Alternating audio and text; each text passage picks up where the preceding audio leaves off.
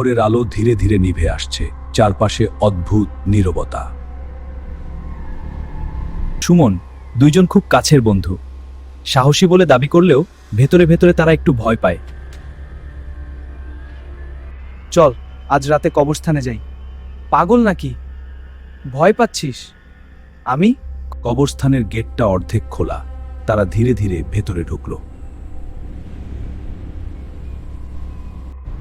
চারপাশে পুরনো কবর, গাছের ছায়া মাটিতে অদ্ভুত আকার তৈরি করছে।